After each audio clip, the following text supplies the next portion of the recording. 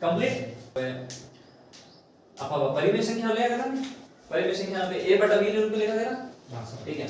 आज अपने करा नया टॉपिक है, हालांकि आप तो पहले एक बार नोट्स में कर ली हूं, एक बार वापस भी करना रिवीजन जी। परिमेय संख्याओं रो या a बटा b रो जोड़ बाकी गुणा भाग किया हुए और किया नहीं अपने बे देखना है। जब मान लो दो संख्याओं ज्यादा नहीं दो संख्याओं, अगर मान लो a बटा b है जोड़ और बाकी हो रही है, क्या हो रही है जोड़ और बाकी, और हो रहा है c बटा d ठीक है। a बटा b का जोड़ और बाकी हो रही है किससे c बटे d से ठीक है भाई।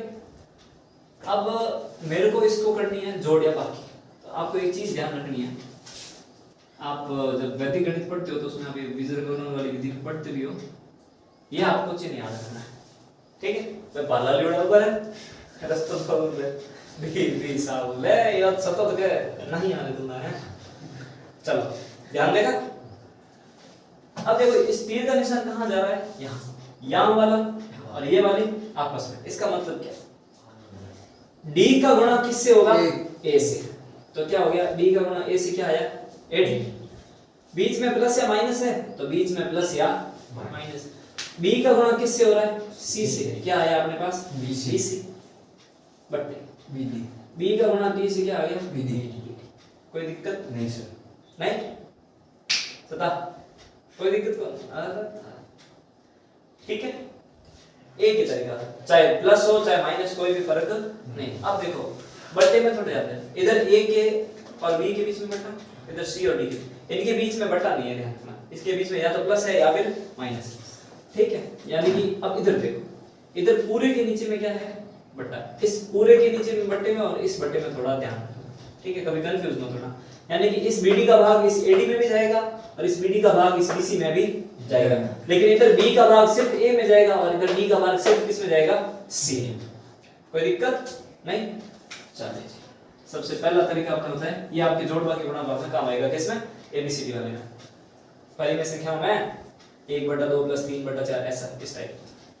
अगला देखते हैं, जैसे मान लो मैंने एक उदाहरण लिया 3/4 - 1/2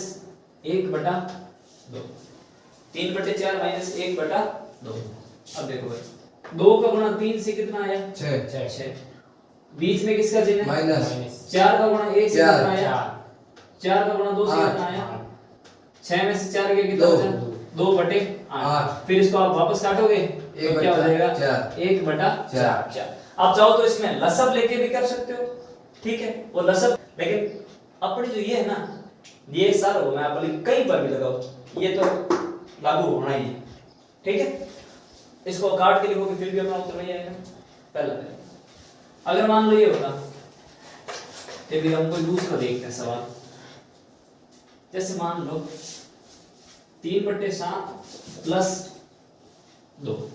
अब इसमें क्या करना थोड़ा ध्यान से देखो, इसमें 2 के नीचे कुछ है क्या नहीं, एक लिखोगे तो इस वाले सवाल में हम लोग को कुछ नहीं है, बट्टे में क्या पड़ा है 7, तो आप इस पूरे सवाल में बट्टे पे क्या लिख दोगे 7 किसके बट्टे में था 3 के, तो उसको तो आप वैसा का वैसा लिख दोगे, बीच में किसका चिन्ह है प्लस, 7 का गुणा आप किससे करोगे सामने वाले 2 से, 7 दूनी कितना होगा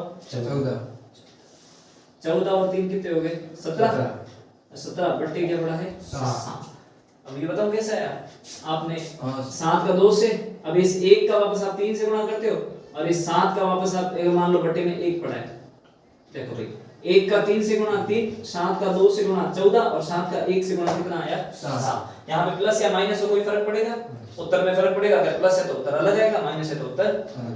तरीका क्या रखना है ये बात ठीक है भाई। अब अगला देखते हैं यहाँ पर a/b गुणा c/d, भाई गुणा है बीच में, इसका मतलब a का गुणा किससे होगा c से और b का गुणा किससे होगा d से। ऊपर ऑपोजिट है, ऊपर और नीचे वाली संख्याओं में हमेशा भाग होगा, ऊपर और नीचे वाली संख्याओं में हमेशा क्या होगा भाग, यानी d का भाग आप a में भी दे सकते हो और b का भाग किस में दे सकते हो c में, d का भाग आप a में भी दे सकते हो और d का भाग आप किस में दे सकते हो c में। अब ये तो सीधा ही है ac/b। यहाँ पर किसी को दिक्कत, मेन अपने जो सवाल आता है या सवाल तो क्या, आपने जो बेसिक का जो आप आगे पॉइंट पढ़ते हो वो है a बटा b भाग c बटा d। ये देखो यहां पर थोड़ा ध्यान से, a बटा b भाग c बटा d, इसमें क्या करना है, ठीक है। यानी कि a में किसका भाग जा रहा है, c का, और b के अंदर किसका भाग जा रहा है, d का। कोई दिक्कत नहीं है, ध्यान से देखो, यानी bd आपस में भाग में होंगे और ac आपस में क्या होंगे, भाग में। सबसे पहला तरीका, आपका ये जो भाग वाला चिन्ह ना, इसको बदलो गुणा में। किसमें बदलोगे, गुणा। a बटा b पढ़ा रहे हैं तो गुणा, भाग को किसमें बदला, पीछे वाली संख्या को कर दो उल्टा, पीछे वाली संख्या को क्या कर दो, उल्टा। c बटा d है तो क्या लिख दोगे, d बटा c। a का गुणा d से क्या आया, ad, और b का गुणा c से क्या आया, dc। कोई दिक्कत नहीं है। अब देखो भाई bd और d आपस में भाग में है और a और c भी आपस में क्या है, भाग। कोई दिक्कत, यहाँ तक अपना टॉपिक कंप्लीट होता है। अब जैसे मान लो मैंने इधर लिखा 3/7 भाग 1 बटा कितना लिख दिया, 2। अब मैंने बोला भाग करना है तो साहब 3/7 भाग को किस में बदलोगे, गुणा में। 2 ऊपर जाएगा, 1 कहाँ आएगा, नीचे। 2 ऊपर चला गया और 1 कहाँ आ गया, नीचे। 3 का 2 से गुणा कितना आया, 6। 7 का 1 से गुणा कितना आया, 7। उत्तर कितना है, 6/7। कोई दिक्कत नहीं है, ठीक है। अब अगला देखते हैं।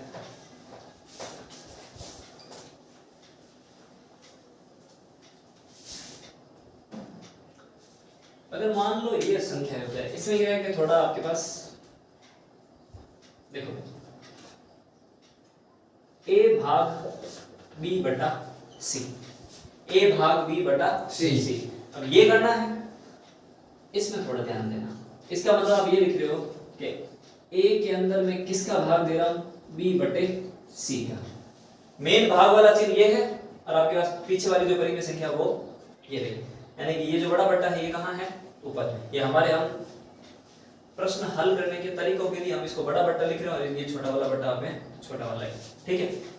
भाग a के अंदर दे रहे हैं तो बड़ा बट्टा कहाँ लगा है, ऊपर। अब देखो भाई भाग को आप किस में चेंज करते हो, गुणा में, और पीछे वाली संख्या क्या करते हो, उल्टी, c बटा b, c बटा b, यानी कि उत्तर क्या है आपके पास, ac बटा b। कोई दिक्कत। अब आओ इधर, अब मान लो आपके पास ये हो और बट्टा लगा हो ऊपर, तो कोई भी दिक्कत नहीं है। देखो a का गुणा किससे हो रहा है, c से, यानी कि जो बट्टा ऊपर है, जब बट्टा कहाँ है, मेन बट्टा ऊपर है, तो c गुणा होके कहाँ चलाएगा, a से। ac बट्टा क्या हो जाएगा, b। लेकिन अगर ऐसा हो कि a मान लो ये हो c बटा d भाग e, ऐसा भी हो सकता है ना, ठीक है। अब इधर देखो c बटा d मैंने सीधा लिख दिया, भाग है मतलब भाग दिया, और e कहाँ लिख दिया, नीचे। अब पहले अपन इसको अपने तरीके से हल करते हैं। c बटा d भाग को किस में चेंज किया, गुणा में, e ऊपर था कहाँ चला जाएगा, नीचे, और ऊपर क्या आ जाएगा, 1, यानी कि c बटा de, c बटा d। यहाँ तक किसी को दिक्कत। अब आओ इन्हें, बटा कहाँ है, बटा कहाँ है, नीचे। बटा ऊपर है तो नीचे वाली संख्या किससे गुणा हो जाएगी, ऊपर वाली से। अब ये वाला बटा नीचे है तो e किससे गुणा हो जाएगा, d से। तो अपने पास क्या आ जाएगा, c बटा d। यहाँ पर किसी को दिक्कत। अब एक और चीज देख, ठीक है, वहीं पर देख लेते हैं सर। अपन ने लिखा था ना a बटा b भाग c बटा d। अब इसको अपन थोड़ा पूरे बट्टे वाली फॉर्म में लिखे, a बटा b भाग c बटा d। तो आपने क्या किया था, a का d से गुणा किया था और b का किससे गुणा किया था, c से।